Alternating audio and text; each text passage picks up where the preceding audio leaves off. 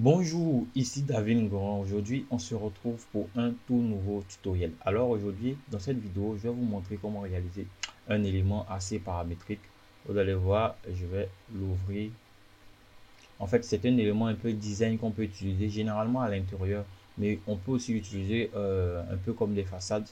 Voilà, pour améliorer un peu notre projet. Donc, regardez l'élément que nous allons essayer de modéliser aujourd'hui. Alors, comme vous le savez avec moi, on va aller tout à fait pas à pas. Vous allez voir que c'est pas du tout compliqué de réaliser cet élément-là. Mais avant d'aller plus loin, si tu es nouveau et que tu viens de me découvrir, moi c'est David Goran, je suis entrepreneur et formateur en logiciel d'architecture. Et sur cette chaîne, je partage toutes mes connaissances sur les différents logiciels d'architecture. Alors, si comme moi tu veux apprendre davantage, je t'invite à t'abonner et activer la cloche de notification pour ne plus rater aucune de mes prochaines vidéos. Sans plus tarder, on commence.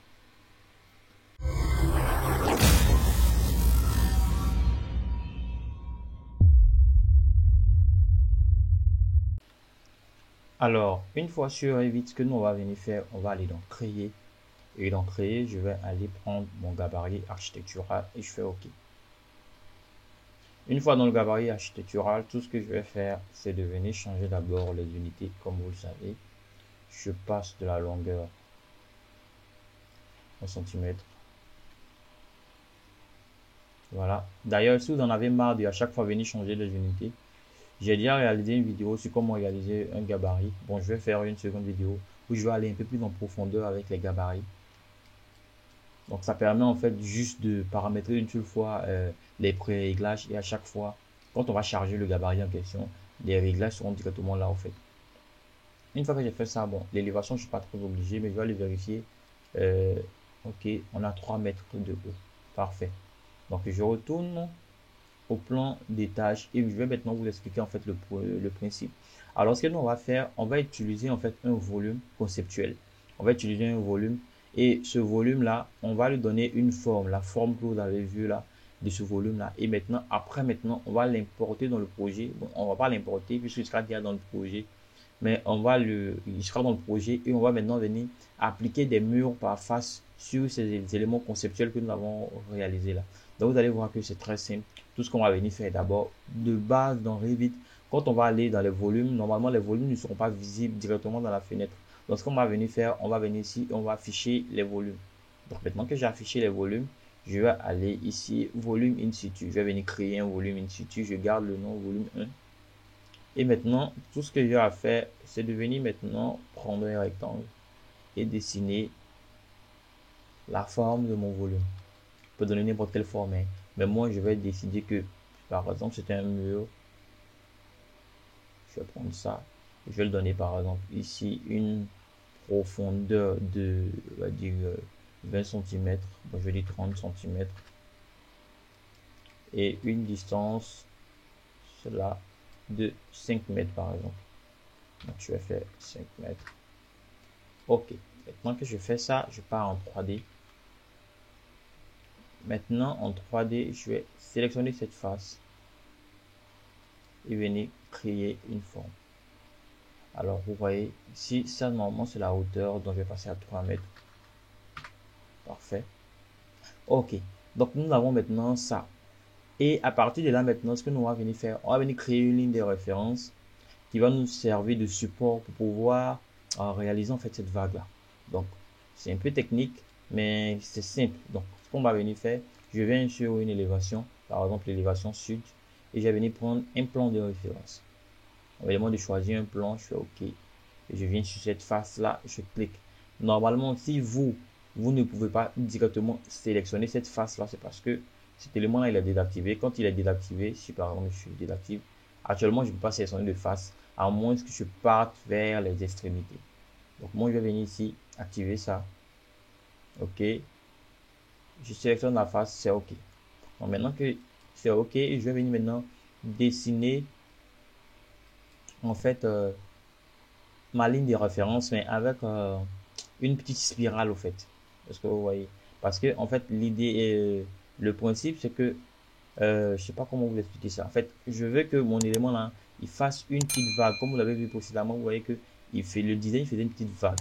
Donc pour cette vague là, je vais venir faire ça. Ok. Voilà, pas trop échappe. Ok, je peux maintenant même le sélectionner pour prononcer un peu la vague.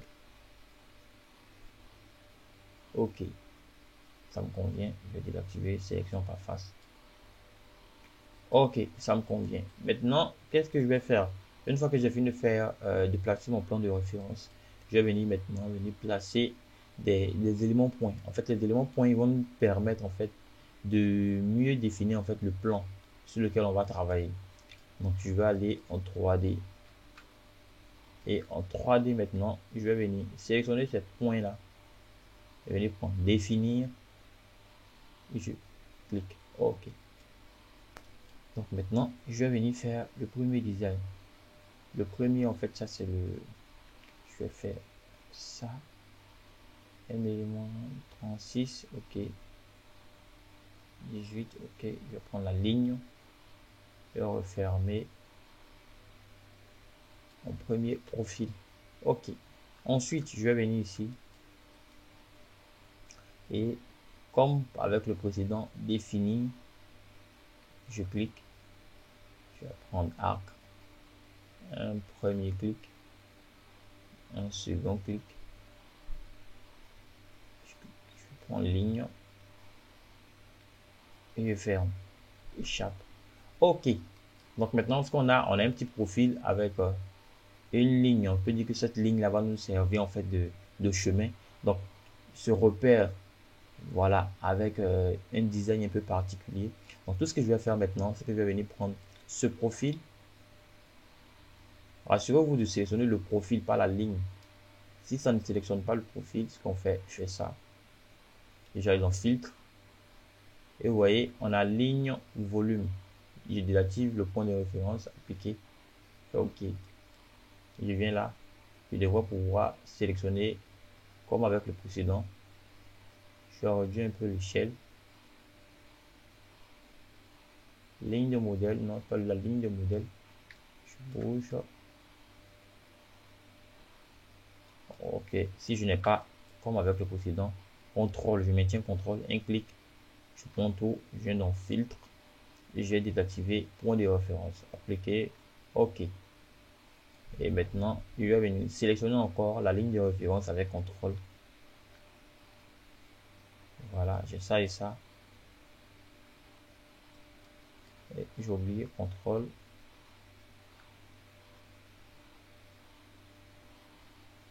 Filtre. Point de référence. Appliquer. Ok.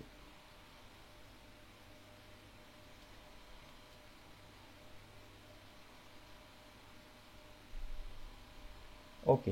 Donc j'ai ça. Et je vais venir faire créer forme par vide. Ok. Donc, voilà ce que ça donne. Maintenant, je me suis il y a une petite erreur en fait lorsque j'ai sélectionné j'ai pas bien sélectionné cette surface donc je reviens CTRL Z.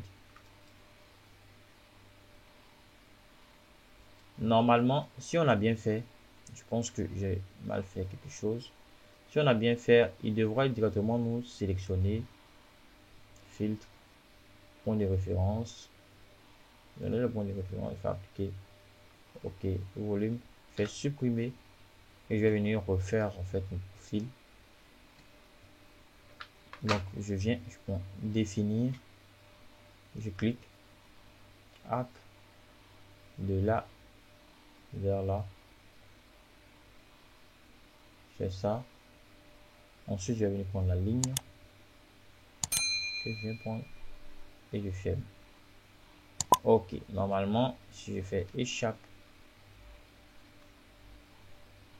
je devrais pouvoir sélectionner. Bon, parfois quand vous avez ce problème hein, que je suis en train de rencontrer là, généralement pour remédier à ça, ce que je fais, bon, je vais venir toujours placer mon point.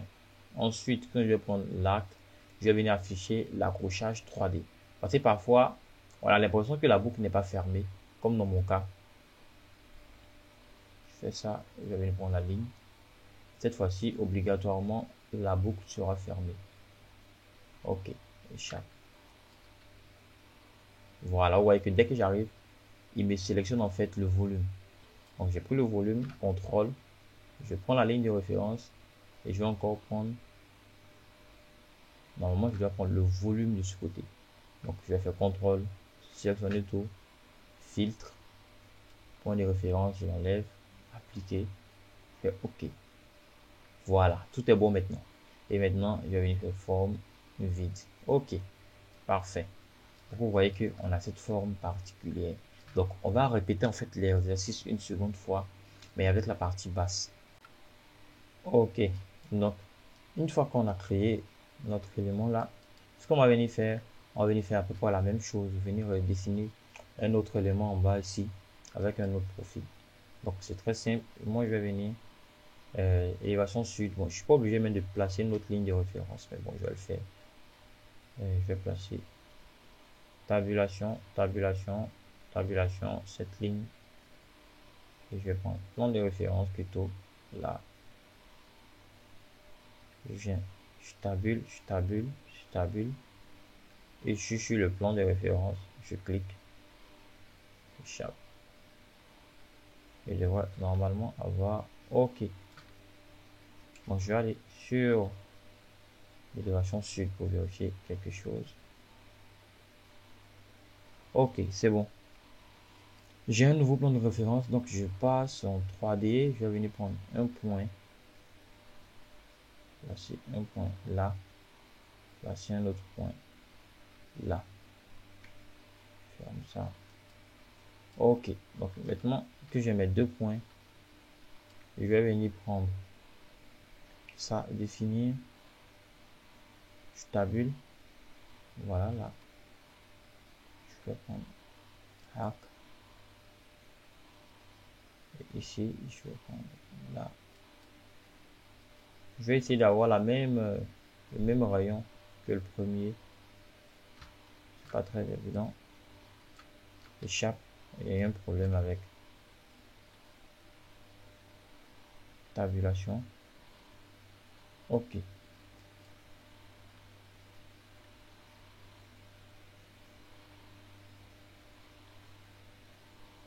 OK.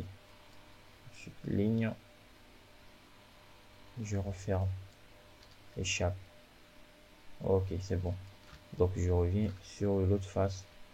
Je vais prendre définir. Je tabule. Je clique. Je suis sur la bonne face.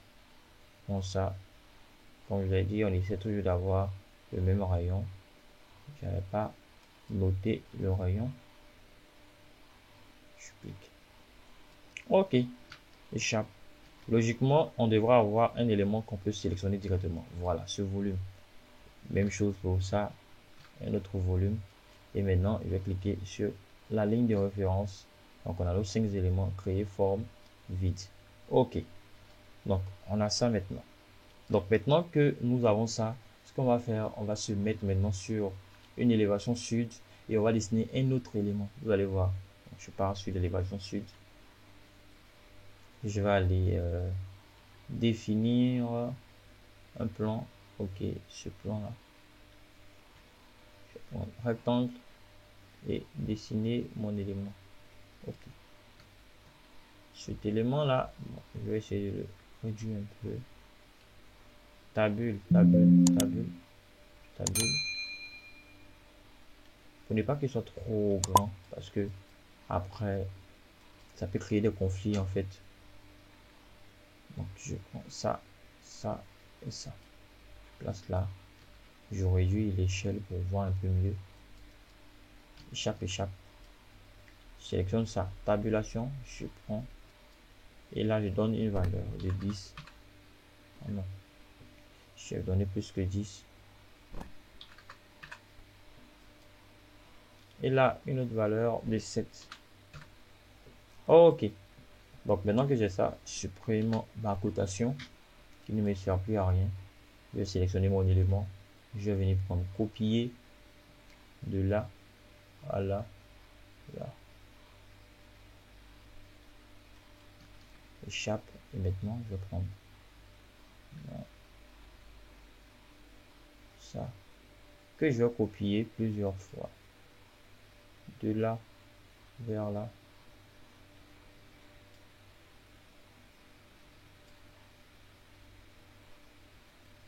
Ok, donc il fait échappe.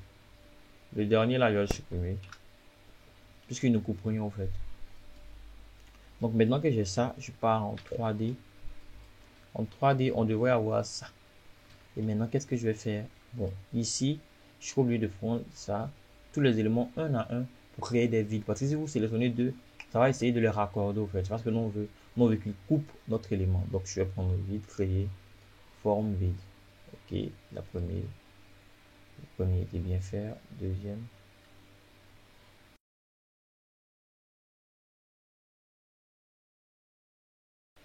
Et le dernier. Parfait. Donc maintenant, on devrait avoir ça. Ok, c'est bon. Parfait. Bon, maintenant que nous avons ça, ce qu'on va faire, on va valider. L'élément d'enregistrer, je dis non. Donc, j'ai ça. Et maintenant que j'ai ça, en fait, ça, c'est juste un volume. Donc, maintenant, nous, on va venir prendre un mur. Architecture, mur. Et cette fois-ci, je vais prendre mur par face. Mur par face, je vais venir prendre un mur. Je vais le dupliquer. Lui donner, par exemple, une épaisseur de 10 cm. Il a la même épaisseur que, en fait, mon élément. Ok. Mon élément, je pense qu'il n'a pas 10 cm d'épaisseur, mais il a plutôt 7. Mais c'est pas bien grave. Donc, je prends modifier. 10. Je fais OK. Appliquer. OK. Et là, tout ce que je vais faire, je prends cet élément-là. Je vais juste à venir cliquer sur une face, par exemple, cette face, automatiquement. Et j'ai mon mur qui vient d'être créé.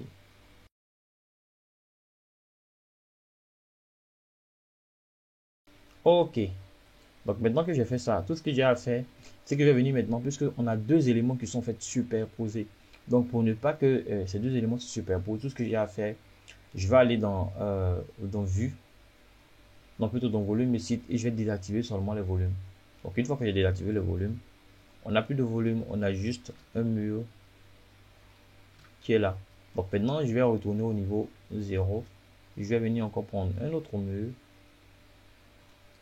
cette fois-ci, et je vais prendre par axe une fine extérieure. Je fais ça, barre d'espace, jusqu'à là, chaque.